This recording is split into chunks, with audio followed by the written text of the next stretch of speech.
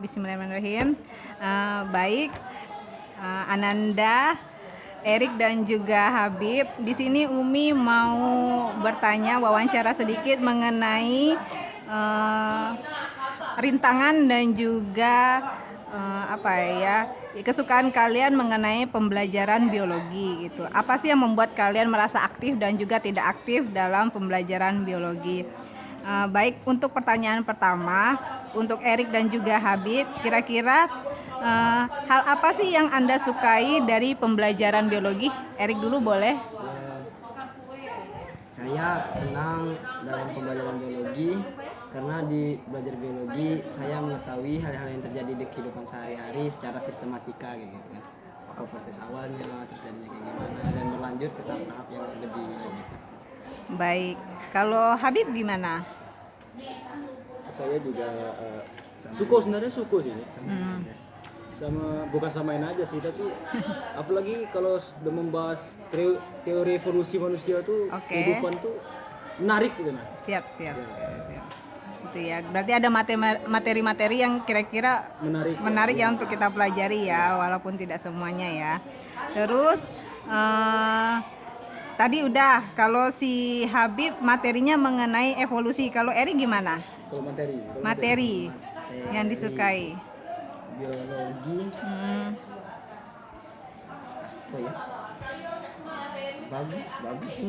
Bagus semua ya. Jadi tidak bisa dipilih tentang apa? Tentang hal-hal kecil kayak bakteri atau mikroba gitu. Oke. Itu lebih menarik ya, karena kan itu tidak terlihat tapi sangat berpengaruh ya bagi kehidupan kita ya. Terus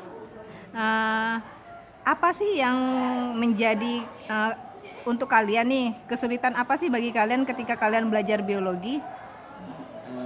Kayak gini nih, kita kan kayak kita tahu sains itu kan memang tentang kayak bertolak belakang sama agama gitu kan. Kalau sains kan logika, kalau agama kan lebih ke keajaiban. Jadi itu sih yang buat pangling kayak gitu kalau belajar. Oke, kalau Habib?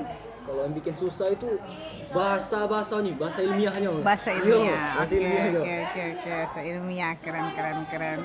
Tapi Bib, Erik maksudnya apa nih?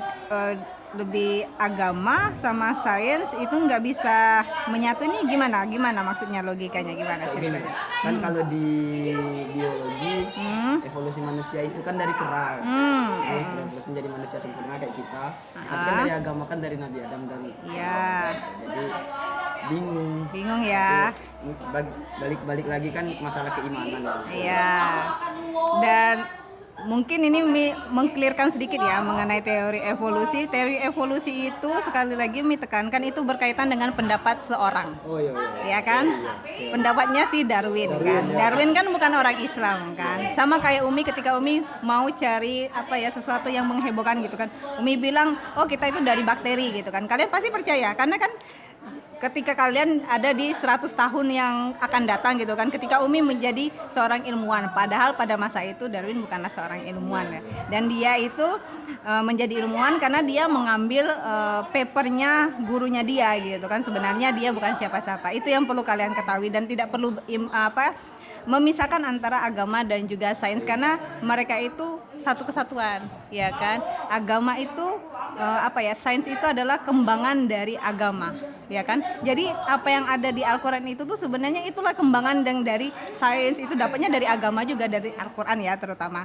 Karena Umi yang mempelajari tentang Al-Quran dan juga sains, jadi di kampus itu Umi ngajarin tentang sains dan Al-Quran. Jadi banyak orang memisahkan, padahal itu tidak bisa dipisahkan. Agama itu satu kesatuan, agama itu menyeluruh gitu kan. Dan sains termasuk ke dalamnya. Bukan agama ini sains, tapi ini agama, sains ada di dalamnya gitu.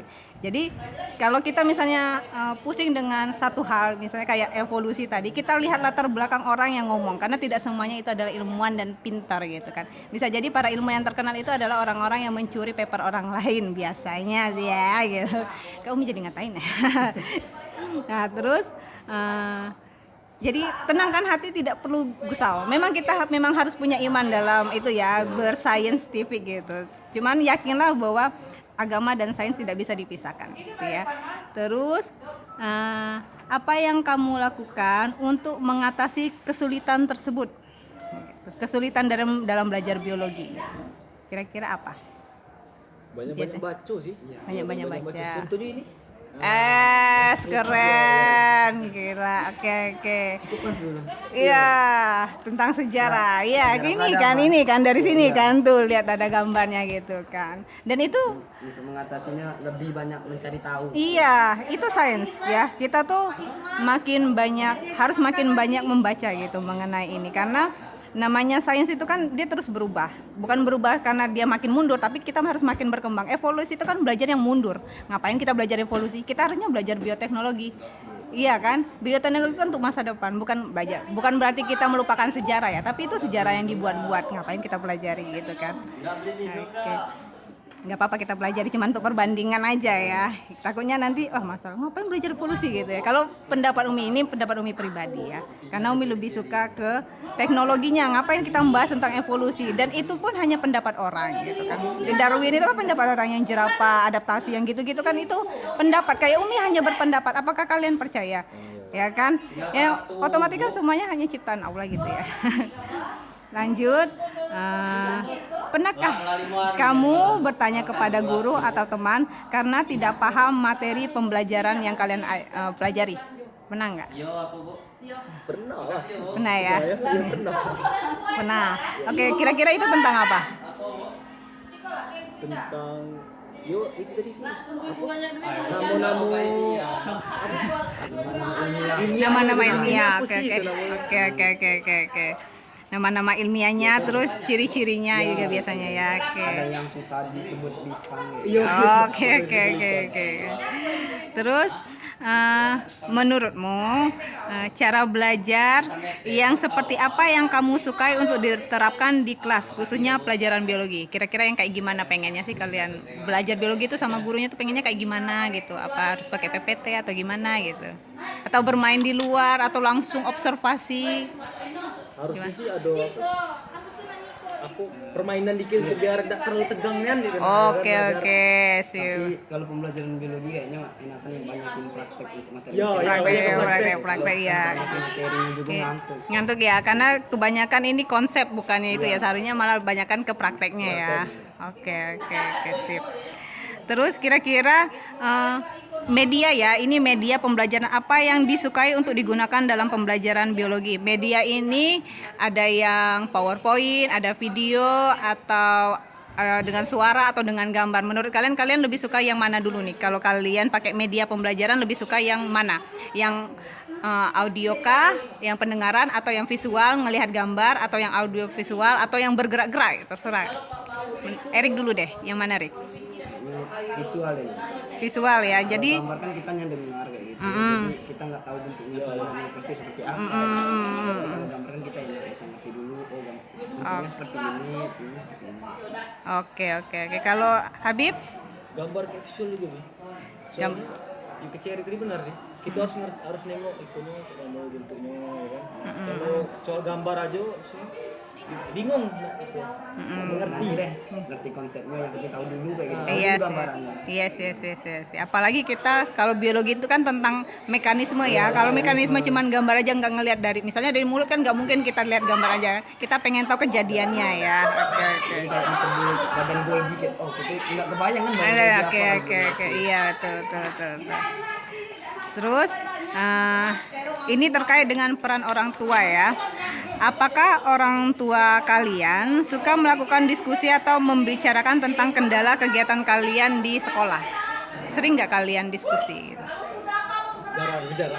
Jarang. Soalnya kan orang tua kan kerja juga di luar. Jadi kalau pulang mungkin capek, masih nak ngurus gitu. Oke. Apakah orang tua Ananda sering memberikan motivasi, saran atau kritik ketika sedang mendapatkan kendala dalam belajar? Orang tua kalian sering nggak ngasih, ayo semangat dong, gitu gimana? Pernah nggak orang tua kalian bikin kritik? Motivasi sih pasti dikasih dan. Tapi kalau untuk apa solusi kendala kan jarang juga berinteraksi masalah sekolah. Iya. Kecuali kalau orang tuanya dulu yang buka kayak mana gitu. Oke. Kenapa tuh kira-kira? Kenapa bukan dari kalian dulu yang buka? Apa ada kendala dalam komunikasi di rumah? Enggak sih. Tuh. Kenapa? Agak ini ya, sungkan gitu ya, karena gitu ya. Oke, oke. Bagaimana kalau kita menghilangkan rasa sungkan kita kepada orang tua kita? Padahal itu orang tua kita yang paling dekat dengan kita kan? Iya. Rasanya. Kali kita lihat. Iya, karena saking seringnya kita merasa ya udah biasa aja gitu ya. Padahal seharusnya berterima kasih dan juga minta maaf itu wajib loh. Iya kan? Iya. Terus, apakah orang tua Ananda selalu hadir dalam pertemuan atau rapat orang tua di sekolah? Kalau lagi ada waktu, mungkin kalau ada kerja, ayo. Oke. Atau ada yang mewakili gitu biasanya? Bagus sih. Pertama masalah. Kalau Eri gimana? Ya kalau misalnya memang bisa ya bisa, tapi biasanya diusahain. Diusahain ya. Habib juga ya, Bib ya. Oke. Dua pertanyaan terakhir. Apakah orang tua Anda sering menanyakan masalah kenaikan atau penurunan nilai ranking atau gimana gitu? Pernah? Sering. Sering. Setiap semester gimana perasaannya tuh? Ya senang aja. Kalau kita di sekolah, perkembangan di sekolah itu kan jadi orang tua care kayak gitu. Iya, Perkembangannya di sekolah. Oke. Kalau Habib gimana, Bib? Kalau orang tua kami sih tidak harus dapat juara gitu nih. Yang penting di sekolah itu mengerti kayak nilainya bagus gitu. Enggak harus dapat juara, enggak nuntut gitu ya, nuntut. Keren. Terakhir, menurut kalian, apakah proses pembelajaran di sekolah perlu diketahui oleh orang tua kalian? Ini di sekolah ini lagi ini perlu nggak orang tua kalian tahu gitu kegiatan kalian di sekolah? Semua kegiatan. Mungkin tertentu atau ada acara-acara besar juga boleh. Yang menurut kalian, wah ini patut diomongin nih gitu.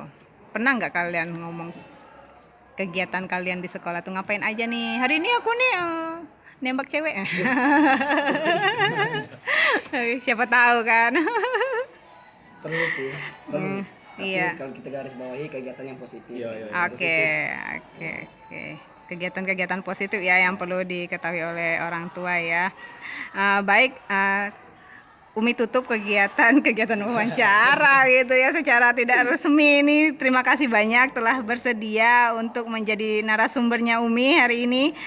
Semoga Ananda, Erik dan Habib sukses terus, tercapai cita-citanya. Moga-moga kuliah nanti lancar, dapat ya tempat yang diinginkan kan. Semoga semuanya jadi jelas untuk kalian ke depannya. Sukses, ketemu Umi lagi di masa depan ya, kalau Umi masih hidup ya. Moga-moga ya. Udah, itu wassalamualaikum warahmatullahi wabarakatuh. Waalaikumsalam warahmatullahi wabarakatuh. Thank you so much.